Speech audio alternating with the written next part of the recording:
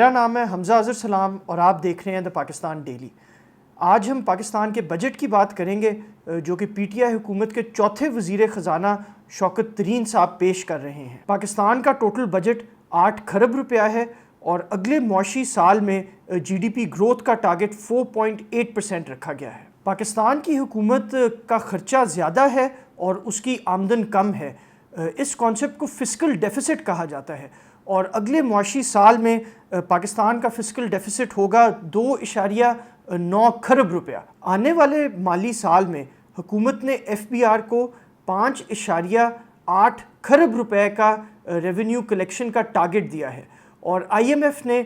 پاکستان کو 6 کھرب روپے کا ٹارگٹ دیا ہے، تو جو حکومت کا ایف بی آر کا ٹارگٹ ہے وہ آئی ایم ایف کے ٹارگٹ کے بہت قریب ہے۔ پچھلے سال ایف بی آر صرف 4.7 کھرب روپیہ کلیکٹ کر سکا تھا، مگر اس سال اس ٹارگٹ کو 23% زیادہ کیا گیا ہے۔ تو اب یہ دیکھنا باقی ہے کہ کیا اس سال ایف بی آر یہ زیادہ اماؤنٹ کلیکٹ کر سکے گا کہ نہیں۔ آنے والی مالی سال میں نان ٹیکس کلیکشن ریونیو کا ٹارگٹ 1.4 کھرب روپیہ رکھا گیا ہے۔ اس بجٹ میں 900 ارب روپیہ فیڈرل پلاننگ ڈویژن کے لیے رکھا گیا ہے جو کہ پچھلے سال سے 38% زیادہ ہے، جس کا مطلب ہے کہ ڈیولپمنٹ پروجیکٹس کے لیے اس سال حکومت کے پاس زیادہ پیسے ہوں گے۔ صوبوں کے لیے اس سال 1 کھرب روپیہ رکھا گیا ہے اور اگر ٹوٹل ڈیولپمنٹ بجٹ کی بات کی جائے تو وہ 1.9 کھرب روپے بنتا ہے جو کہ پچھلے سال سے 44% زیادہ ہے۔ اس بجٹ میں 100 ارب روپیہ کووڈ ایمرجنسی رسپانس کے لیے رکھا گیا ہے، 12 ارب روپے کی ایک اسپیشل گرانٹ سندھ کے لیے رکھی گئی ہے، 12 ارب روپیہ ایگریکلچر کے لیے زراعت کے لیے رکھا گیا ہے، 118 ارب روپیہ پاور ڈسٹریبیوشن کے لیے رکھا گیا ہے،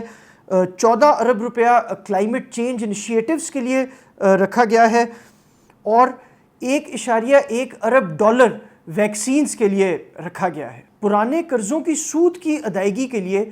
اس بجٹ میں 3.1 کھرب روپیہ رکھا گیا ہے جو کہ پچھلے سال سے 4% زیادہ ہے۔ آپ کو یہ بتاتے چلیں کہ پاکستان کا ٹوٹل ڈیولپمنٹ بجٹ 1.9 کھرب روپیہ ہے اور صرف سود کی مد میں ہم 3.1 کھرب روپیہ دے رہے ہیں، جس کا مطلب ہے کہ ہم سود زیادہ دے رہے ہیں اور اپنے ملک میں ڈیولپمنٹ پروجیکٹس کے اوپر کم خرچ کر رہے ہیں۔ اس بجٹ میں پاکستان کے دفاع کے لیے 1.4 کھرب روپیہ رکھا گیا ہے جو کہ پچھلے سال سے 9% زیادہ ہے۔ اس بجٹ میں کچھ سرکاری ملازمین کی تنخواہوں اور پینشنز میں بھی 15 سے 20% اضافے کے لیے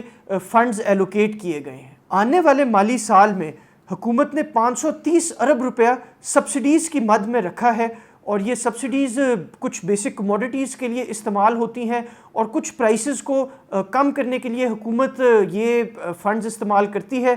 تاکہ انفلیشن بھی کم ہو اور عوام کو سستی چیزیں میسر ہو سکیں۔ اس بجٹ میں کرنٹ اکاؤنٹ ڈیفیسٹ کے لیے بھی 2.3 ارب ڈالر رکھا گیا ہے جو کہ ہماری جی ڈی پی کا 1% سے کم بنتا ہے۔ جس وقت شوکت ترین صاحب بجٹ پیش کر رہے تھے تو حکومت اور اپوزیشن کے اراکین کے بیچ میں بہت زیادہ نعرے بازی اور تلخ کلامی ہوئی۔ بجٹ سیشن کے دوران بہت سارے اپوزیشن اراکین نے اپنی ڈیسکس پہ تھمپنگ بھی کی اور انہوں نے بینرز بھی اٹھائے اور انہوں نے اس بجٹ کے خلاف سخت پروٹیسٹ کی۔ اس کے بدلے میں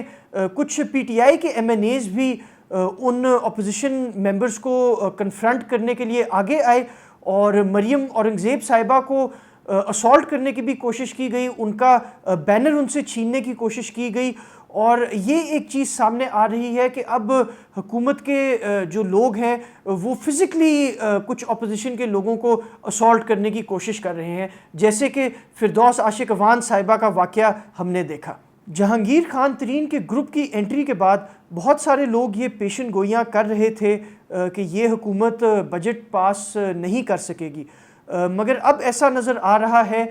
کہ ترین صاحب کو بھی این آر او مل رہا ہے،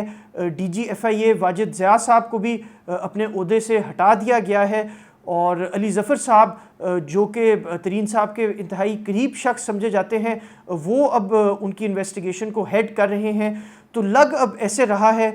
کہ یہ حکومت جو پی ٹی آئی کی حکومت ہے وہ آسانی سے یہ بجٹ پیش کر پائے گی. Thank you.